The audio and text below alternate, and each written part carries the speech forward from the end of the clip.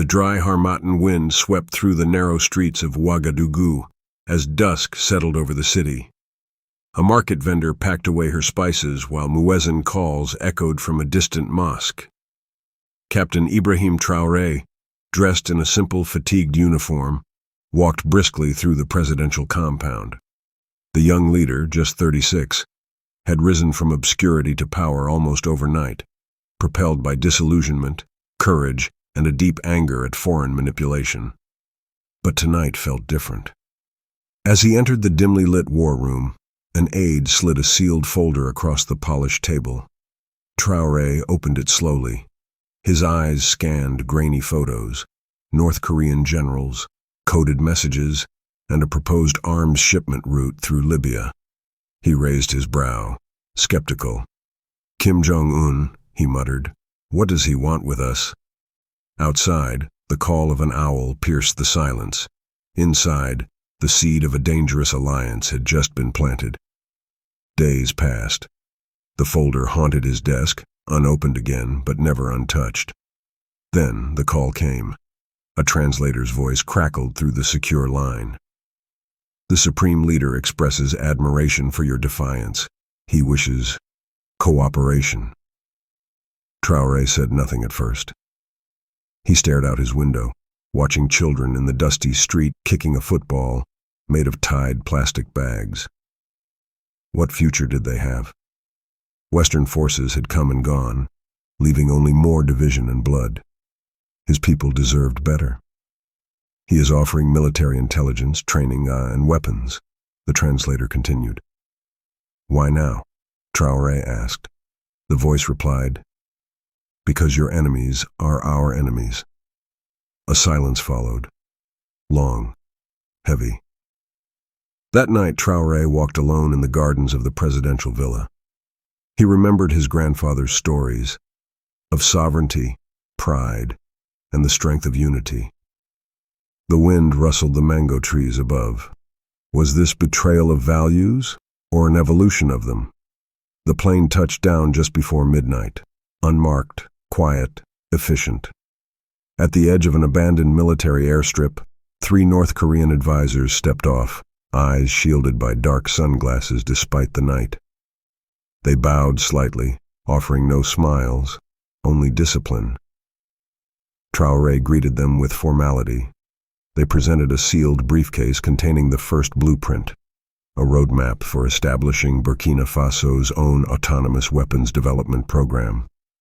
Not for offense, they claimed, but deterrence. Later that night, in his private quarters, Traoré sat alone. The briefcase lay open beside him. Satellite maps, encrypted codes, lists of strategic mineral sites, and a handwritten letter from Kim himself. You are not alone.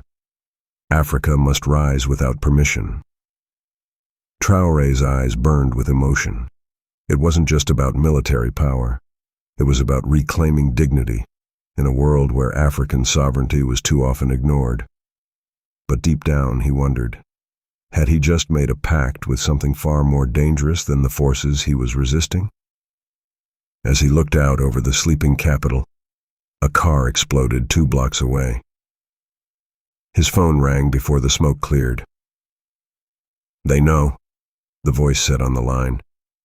You've been compromised. A day later, Traoré was flown to Bamako, Mali, under complete secrecy. It was here, in the echoing chambers of an abandoned French consulate, that a covert regional summit took place. Not all the seats were filled. Chad's delegate had pulled out last minute. But Guinea and Mali were present, their leaders seated behind bulletproof glass. The room buzzed with tension. Maps lit the table, showing movement of Western drones over the Sahel. The North Korean advisors stood in a far corner, silently observing. I did not come here to be lectured by Pyongyang, Guinea's minister growled. We don't serve them, Traoré said calmly, but neither will we kneel to the West. There was a pause. Then Mali's representative leaned forward. What are they giving you? Traoré glanced at the shadowed figures by the wall. What they're giving me, he said, voice low. is the belief that we don't need to beg anymore. Some scoffed. Others watched, intrigued. Outside, thunder rumbled over the Niger River. The air grew heavier. Change was coming. Back in Ouagadougou, Mariam, a widow whose husband was killed during a French counter-terrorism raid, stood in line at the bakery with her teenage son. Soldiers passed on the street, more disciplined, newer uniforms. Whispers traveled. North Korea is training them. "Will it help?" her son asked. Mariam didn't answer. Her hands trembled as she clutched the bread. That evening, she watched the president speak on state TV. His voice carried strength, but his eyes looked weighed down. Later that night, she sat at her husband's grave under a neem tree. She prayed for peace, but deep inside she knew something bigger than war or peace was happening. Her son's future no longer felt certain. It felt like a wager placed on a dangerous table. At the heart of the military compound, Traoré's closest advisor, Colonel Nikiema, received an encrypted message from an unknown source. He hesitated, then opened it. Photos, audio clips, a full dossier, Traoré's secret meetings, North Korean officers, supply routes through Togo, payment plans involving rare earth minerals, all of it. And at the end, a note. "We warned you, the West does not forgive." Nikiema stared at the screen, jaw clenched. He deleted the message, but not from his memory. The president had trusted him with everything, but what if he was dragging the country into irreversible danger? Outside, helicopters roared to life. Nikiema looked toward the presidential wing. Was it time to act, or to wait? On the edge of Ouagadougou's old quarter, under the shadow of the Grand Mosque, Colonel Nikiema met a man cloaked in indigo robes. They sat on a faded prayer mat, sipping sweet green tea beneath a crumbling archway. "He knows you opened the file," the man said without lifting his eyes. Nikiema's heart raced. "Then why hasn't he removed me?" "Because he still trusts you. Or he needs you." The call to prayer rose above the rooftops, solemn and ancient. Worshippers moved past them, unaware of the fragile thread holding the nation's future together. The informant slid a memory card into Nikiema's palm. Proof of foreign surveillance drones. France isn't the only one watching. The Americans, even China, they're all circling now. Nikiema clenched his jaw.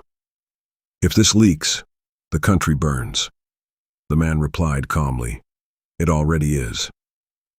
As they parted, Nikiema's mind swirled. He didn't know whether he was preserving a future or burying it. Traoré sat in his study, dimly lit by oil lamps despite the palace's generators.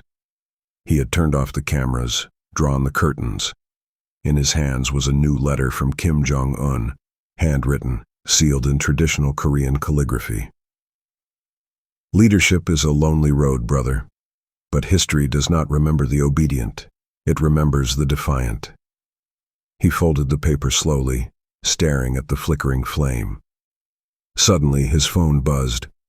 A North Korean advisor, voice tight with urgency. "They've intercepted a package meant for you. Someone inside is leaking your plans." Traoré remained calm. "Who?" A pause. "Colonel Nikiema." He hung up before replying, but his hands trembled. Was the one man he trusted most about to become the first to betray him? Outside, the military band rehearsed for Independence Day. Brass notes drifted through the air, ironically joyful, deaf to the storm gathering behind palace walls. It was 2:13 a.m. when Traoré summoned Nikiema to the rooftop helipad. The city below glittered with fractured lights, half from working transformers, half from scattered candlelit homes. The silence was eerie. "You opened the file," Traoré said. Nikiema didn't deny it. "I needed to know what we were becoming." Traoré stepped closer, eyes sharp. "And? What do you see?" Nikiema hesitated, his voice low. "I see a man trying to save his country, and losing himself in the process." A military drone buzzed overhead, breaking the moment. "You were like a brother to me," Traoré whispered. "And you still are. But we're surrounded by wolves. If you let them whisper in your ear, we both die." A long silence. Finally, Traoré nodded once. "Then prove your loyalty." He handed Nikiema a sealed dossier marked Operation Iron Mirror. The morning sun spilled golden light across the village of Gungen, where Mariam was tending her late husband's plot, planting cassava with weathered hands. Dust clung to her veil. The radio in the corner buzzed with static, then cut to a bulletin. Unidentified foreign helicopters spotted over the Sahel border region. She froze. Moments later, a military vehicle rolled up. Colonel Nikiema stepped out. "I need to speak to you." "Now," he said, his voice brittle. Inside her clay-walled home, he laid the Operation Iron Mirror dossier on her wooden table. Her eyes scanned the pages. Coordinates, shipment routes, lists of Burkina Faso officers. And then, her name. "They think you're passing intelligence to the French," he whispered. Mariam's hands shook, but her voice was steady. "I buried a soldier once. I won't bury another." She opened a drawer and pulled out a battered USB stick. "You're not the only one who collects secrets." That night, under cover of darkness, Nikiema and Mariam crossed the Beli River, slipping past guards and patrol drones. They reached a shuttered communications outpost, abandoned since the last rebel incursion. Inside, with a solar-powered laptop and trembling fingers, Mariam decrypted the USB. Dozens of encrypted files. One caught Nikiema's eye. "Joint Command Directive, DPRK Unit G5 Sahel." He clicked. A video loaded. Grainy footage showed North Korean officers training Burkina Faso commandos in desert tactics. In the background, Traoré himself, nodding. "We have to leak this," Nikiema muttered. But Mariam stopped him. "If you do it now, they'll blame foreigners. You need timing. You need courage." She handed him an envelope, handwritten orders from Pyongyang, addressed to the Burkina Faso Joint Chiefs. "If this falls into the wrong hands," she whispered. "It already has," Nikiema said grimly. Suddenly, headlights flared through the broken window. Someone had tracked them. Gunshots tore through the air as Nikiema and Mariam fled the outpost in a beat-up pickup truck, tires skidding on gravel as they raced toward Dori, a dusty northern town flanked by red earth cliffs. "We're not going to make it," Mariam shouted. "We have to. There's a journalist in Dori, a foreigner. She can get this out." The truck jolted violently as bullets hit the rear axle. Smoke poured from the engine. They swerved into an alley, abandoning the vehicle. Mariam ducked behind a crumbling wall. "Do you trust this journalist?" "She's BBC. If anyone still tells the truth, it's her." Footsteps approached, voices shouting in Moray. Local militia, but not regular army. They had been tipped off.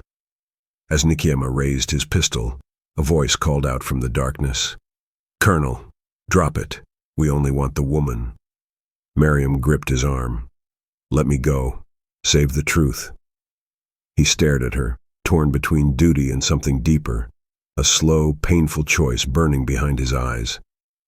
Nikiema turned toward the source of the accented voice. A man stepped into view, clean-cut, pale-skinned, in a crisp black uniform with no insignia. His presence didn't feel foreign. It felt rehearsed. "Comrade Mariam," he said in measured French, "you've caused quite a stir." Her breath caught.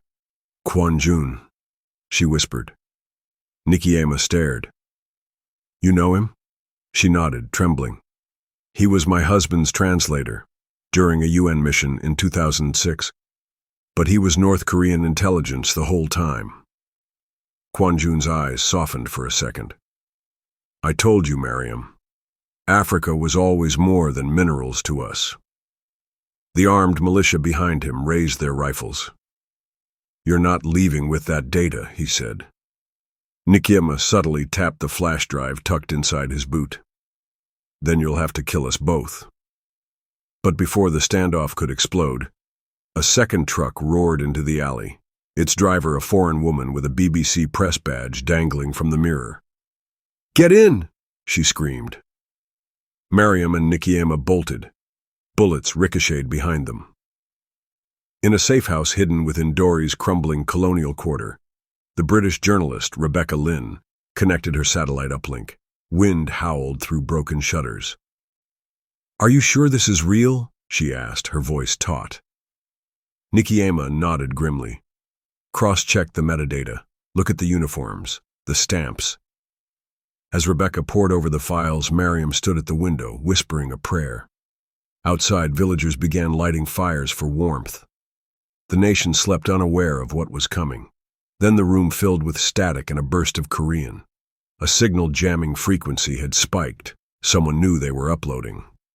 Rebecca hit send. The screen went black. They waited. A full minute passed. Then, transmission successful. Silence. Then Mariam whispered, "We've started a war." Suddenly the radio crackled. "This is BBC World News," came the voice. "We interrupt regular programming for breaking news out of West Africa." They heard the anchor announce, leaked footage of secret military cooperation between North Korea and Burkina Faso. The world now knew. Then Rebecca's laptop pinged. A message appeared. "They're here. Leave. Now." Mariam clutched the scarf over her face as the trio dashed through the maze of Dory's winding alleys. Behind them, lights danced across rooftops, a full tactical sweep by an unknown force. "We head north to Gorom Gorom," Nikiema said, checking his pistol. "There's a UN convoy post." Rebecca's phone buzzed. A secure text. "BBC pulling you out. Rendezvous in 12 hours. Trust no one." As they exited the town, the desert opened before them, vast, cold, and silent. Nikiema stopped to glance back. Smoke was rising. Dory was burning. By dawn, the footage had spread across global networks. Protests erupted in Paris. Debates raged in Addis Ababa. Pyongyang called it Western propaganda. Ouagadougou declared a state of emergency. In the desert winds, Mariam looked up at the sky. "My husband died believing peace was possible," she said softly. Nikiema placed a hand on her shoulder. "Then we make his death matter." But ahead, a figure stood alone on the road, waiting. A uniformed woman, not Burkinabe, not Korean, Chinese. She stood motionless in the desert haze, her long coat rippling in the Harmattan wind. The red star of China's diplomatic corps glinted on the case she carried. Mariam stepped forward. "Who sent you?" The woman removed her sunglasses. "I represent those who believe this region deserves peace, not puppets." She handed over the case. Nikiema opened it. Inside were satellite photos, transaction records, and intercepted communications between Pyongyang and mining contractors linked to China's Belt and Road Initiative. Mariam's voice cracked. "China knew?" The agent nodded. "Beijing fears chaos in West Africa, but also fears missing out on its minerals. Traoré made promises. Kim made threats. Neither intends to keep them." Rebecca's eyes narrowed. "So why give this to us?" "Because you still believe in truth. Use this, or the vultures will take what's left of your homeland." As the agent vanished into the dust, the trio sat in silence, the case between them glowing under the morning sun. Then the BBC's emergency alert tone blared from Rebecca's phone. "Breaking. Burkina Faso's presidential palace has been attacked.